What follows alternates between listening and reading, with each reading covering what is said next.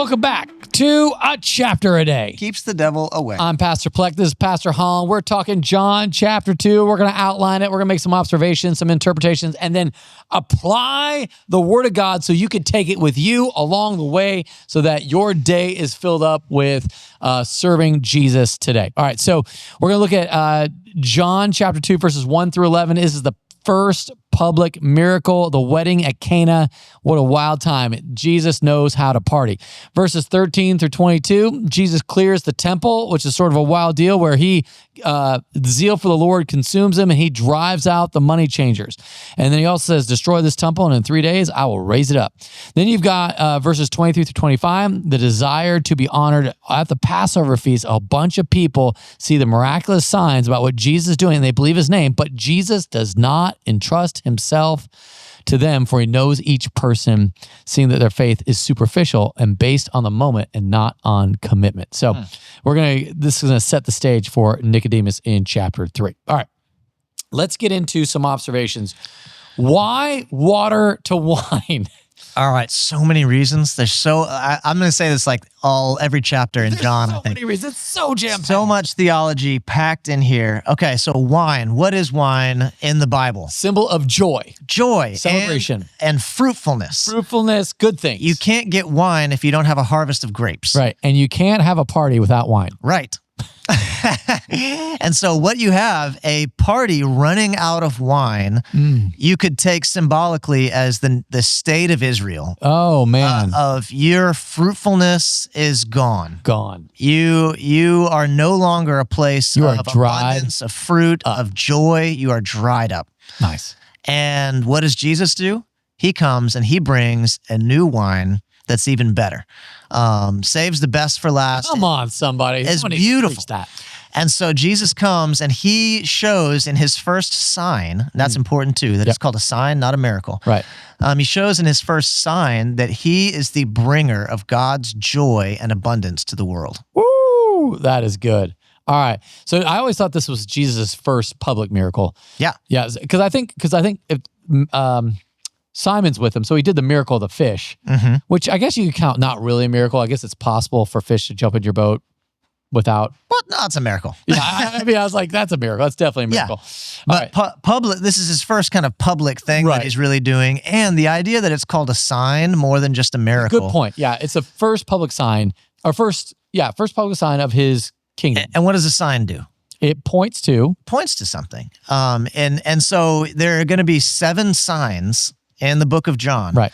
And so you can see the whole book of John as essentially kind of like a journey, a tour from one sign to the next, pointing you to the reality of the fullness of who Jesus is, which with each sign revealing more and more about who Jesus is, how he fulfills the promises, what he offers to us for those who have faith in him.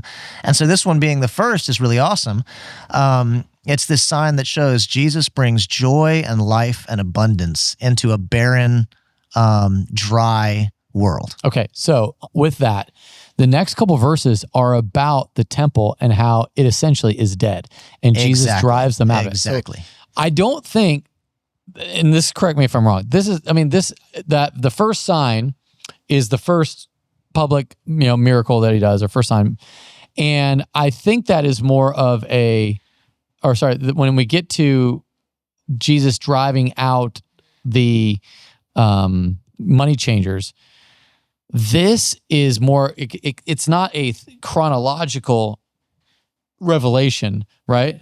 It is just sort of pointing to, here's the new wine, here is the fruitfulness is dead, the temple life is gone. Yeah, it could be. So there's 2 routes with this because this place is right here. If you're looking chronologically, this is at the start of Jesus' ministry, whereas in the other Gospels, it's at the end, after his 3-year ministry. Right. It's kind of one of the things that prompts him to be killed. Yeah, and so either this is arranged theologically rather than chronologically. Right. So meaning I'm putting this event here for a theological purpose to make a point rather than just giving you a straight chronology in order. Right.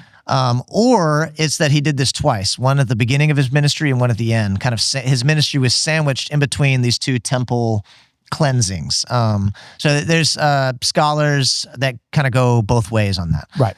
But either way you go on that, the symbolism of it is important. It's that just like the wedding had run out of wine, Israel had run out of faithfulness, fruitfulness. They had become barren. Yep. And Christ is coming in to essentially expose that and pronounce God's judgment on them and explain how that if you want to have life in God, it's only possible through faith in Jesus. He's the one who's going to fulfill that. I love that because Mark 11 kind of does the same thing where it's the withering of the fig tree. Right.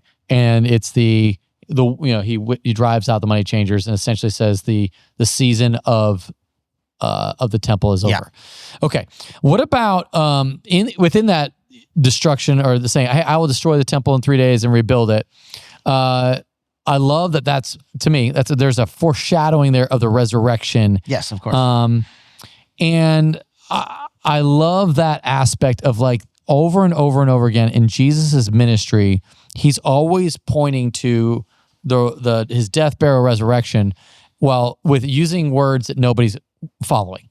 Like with Jonah, or just like Jonah went into the heart of the whale or whatever, or heart of the sea for 3 days. So will the Son of Man. And here it is again. Destroy this temple in 3 days. I'll build it up.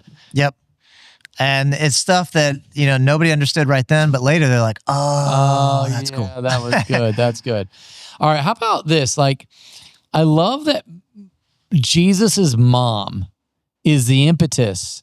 Right. Of him doing his first miracle. And he's like, I don't think this is my time yet. And turns out God, I feel like the one thing God the Father doesn't reveal to Jesus except until it happens is timing of things. Because he says, hey, woman, this isn't my time. But then, it turns out it actually is your time. Isn't that an interesting thing? I don't know if that's am I theologically correct in saying time might be, I was speculative a little bit, might be the thing that Jesus is never aware of, and that's where he's constantly in tune with the Father to have to depend on him for when to start operating in some way. Yeah, that's a great question. I've never really thought of it in that broad. There's the clear idea of the Father had not revealed to him certain information about his return and when that would happen. So this could be lumped into the same category of just the general timing of things. Woman, it's not my time. And another thing though is that it truly wasn't his time to be crucified. That's really what the hour, when he talks about my hour and my time in John, it's talking about his crucifixion, which is related to his glorification. So his enthronement, in a sense, is his crucifixion. That's where he's glorified, is on the cross, showing the amazing grace of God. So it wasn't his time for that, but it was his time to really begin his public ministry. Right. And so he still does it in a way that is semi-veiled, though. Not everyone understands what happened. The servants, it says in verse 9, the servants who had drawn the water knew, but the master of the feast didn't know. Most of the people there who were just partying, they had no idea and didn't care. They're just like, cool, more wine's here. Yeah. And so Jesus didn't really, go public fully here, but he did honor his mother's request. He honored his mom, and he blessed the people and manifested his glory in a way that his disciples believed in him. I mean, the part that's cool. Yeah, the part that corrects, woman, what does this have to do with me? My hour has not yet come. Yeah, we don't really talk like that today. Yeah. I'm pretty sure that was still an endearing way to speak in his context, using the word woman like that. But it's not how you would say it today. I don't know. Maybe Jesus would still say it that way today. Right. And I love the fact that the Jews, after he's done this public sign, they want to know what sign he will do. What sign do you show us for doing these things? In other words, what authority? And that's when he goes, destroy this temple and I'll raise it up in 3 days. On the woman thing too, it's like again, we read it and we just think of woman, it just sounds, but again, get back in the kitchen. It goes back to the idea that, remember, everything is theologically loaded in John. Yeah. And so even when you read the word woman, when you read something, you're like, this seems kind of out of place or interesting. There's something dig in there. Because, so what is that? Let's dig in. Let's dig in. Yeah. So going back to the first woman in the garden, and this is where biblical theology, kind of connecting God's promises throughout each book of the Bible in one meta narrative. this idea of calling Mary woman here is tying her back to the promise that the seed of the woman would crush the serpent's head. Mm-hmm. And so it's like Mary is the woman who carried Jesus into the world, who would fulfill that promise to the first woman. Right. So I would say that his use of woman there is really more of a theologically loaded term connecting this to God's promise in Genesis 3. I love that. Okay, then let's get into, and also here's what's kind of neat about it. Remember, the man and the woman represented of like the sun and the moon from Genesis 1, they rule over the day and the night. Mm-hmm. And here the woman says to the servant, she's ruling over them. In a sense, she says, hey, do whatever he tells you. Yeah. Ultimately fulfilling, like, here's the first public sign. Here is the beginning of Satan being crushed underfoot. That's cool. Okay. Let's get into some of the nature of man. Let's get into some human nature here. What are you seeing here? Human nature. The statement from the master of the feast, everyone serves the good wine first, and when people have drunk freely, then the poor wine. I think it says something about our human nature to like try to. How would you describe this? It's like you're trying to, you don't want to give the good wine the whole time. Right. You want to kind of impress people, up front, but then, get away with what you can afterward. Right. I don't know what you call that, but there's something there. Yeah. Yeah. We want to look better than we are. We want to look more generous than we are. That's it. Yeah. Okay. Here's one that I don't know if this is really nature of man, but verse 12 says, and after this, he went down to Capernaum with his mother and his brothers and his disciples, and they stayed there for a few days. So you have Jesus interacting with his own family and the disciples. And I think what we've seen from our Catholic brothers is that they would say those brothers are just cousins, and it doesn't give like a plain reading of the word. They go for a non-reading of the word. Yeah, and that's based on their commitment to the perpetual virginity of Mary. So saying Mary remains and was what's the phrase? Assumed into heaven as assumption, well. Assumption of Mary. The assumption of Mary, yeah. That she was perpetually a virgin. That she had a special status. Just in her state, right. As a human being, and that so Jesus could not have blood brothers or half brothers or half sisters or anything like that.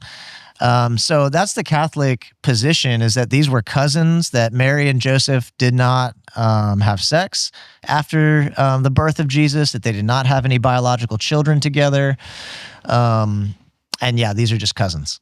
Yeah, but it's not what you would. It's not what you would conclude just from reading the scripture in a plain reading, like you said. How about this about nature, man? We're profit oriented. A sacred space of worship was turned into a profit. Yeah, prioritizing convenience over devotion until confronted. Which, they didn't. I think they stopped. Like they say, "Hey, what authority?" But they didn't just arrest Jesus to throw him out and say, "Let's keep the business going." They stopped, and they didn't arrest Jesus. Because I think probably the people were like, yeah, you're right. I think there was a part of that said, we probably should have stopped this earlier, but we didn't, and now we're sort of humiliated, and why are you stopping this? Yeah, right. Also, just random, but he makes his own whip, verse 15. I don't know what that means or teaches us, but he didn't buy a whip. He makes his own whip. We need custom whip for this. Custom whips. Just interesting to me. Okay. How about character of God? Let's get, hold on. The surface level, like, people want experiences without genuine change of heart. And that's why Jesus doesn't trust himself over men. Like, he's like, nah, I know your guys' hearts. You're not with me yet. You want the goodies. Yeah. Okay. That's character of God. What do you got? He offers us joy, just understanding what this first sign means, that God himself is full of joy, and he shares that joy and offers that joy to us in Christ. How about this? There's no scarcity with God. Like, that's good. When you run out of wine, he's like, oh, I do wine. I can make wine come out of water. I can make anything come from nothing. And I love that aspect of he's the provider of plenty. Yeah, I love that. What else we got? He is zealous for the holiness of his house. Yeah. Like not very many people talk about like Jesus is passionate about protecting pure faith. Yeah. Like we don't sit there and go like, oh, Jesus is really into doctrine. But clearly he wants, like he didn't just go say, hey, you guys can go worship anywhere. Who cares about this whole sacrificial system? He hates corruption. He hated corruption and he wanted it done right. Yeah. Let's see. How about verse 24? Yeah, he can read minds and hearts. Mm-hmm. Jesus can read your heart and read your mind. Don't try and deceive him. Yeah. Yeah. All right. Knew all people. Yeah. All right. Let's get into some application. Application, it's either sin to confess, promise to claim, example to follow, command to obey, or knowledge to believe. What you looking for? Sin to confess. I'm just thinking of the do not make my father's house a house of trade. Just corrupt religion, corrupt worship. Going to church or doing religious things for some other reason than serving and glorifying God. I love that. How about example follow? Do whatever he tells you. Let's like, and that might also be a command to obey, but like just do whatever Jesus says, which I thought that was kind of great. Like, it's kind of like, hey, tell others, do what Jesus tells you. And then also for ourselves, do what he says. Example to follow, honor your mother. Oh, nice. Fifth commandment applies even as an adult. Yes. You're no longer under the authority like a child is with a parent as once you grow up and move out of the house and all that. But the command to honor your parents is still there. So honor your mother and father. I love that. How about the promise to claim? The sign of water to wine is a sign of what Jesus has come to do through the new covenant. And he brings joy. He loves, he's going to one day have a party that we're going to so enjoy in eternity, and that we need to kind of put our hopes on that party. Yeah. Knowledge to believe. Drinking wine is not a sin in and of itself. Yeah. If it was, it would be really weird for Jesus to turn water into wine. That's right. So drunkenness, definitely, a clear sin in the Bible. But enjoying wine at a wedding, Jesus seemed to encourage it and promote it even. Yeah. In fact, he made sure that everyone had their fill, even at the risk of people getting drunk. Wow. All right. I don't know. You take that with you today at the party you go to. So excited for you to listen. We'll see you next time on A Chapter a Day.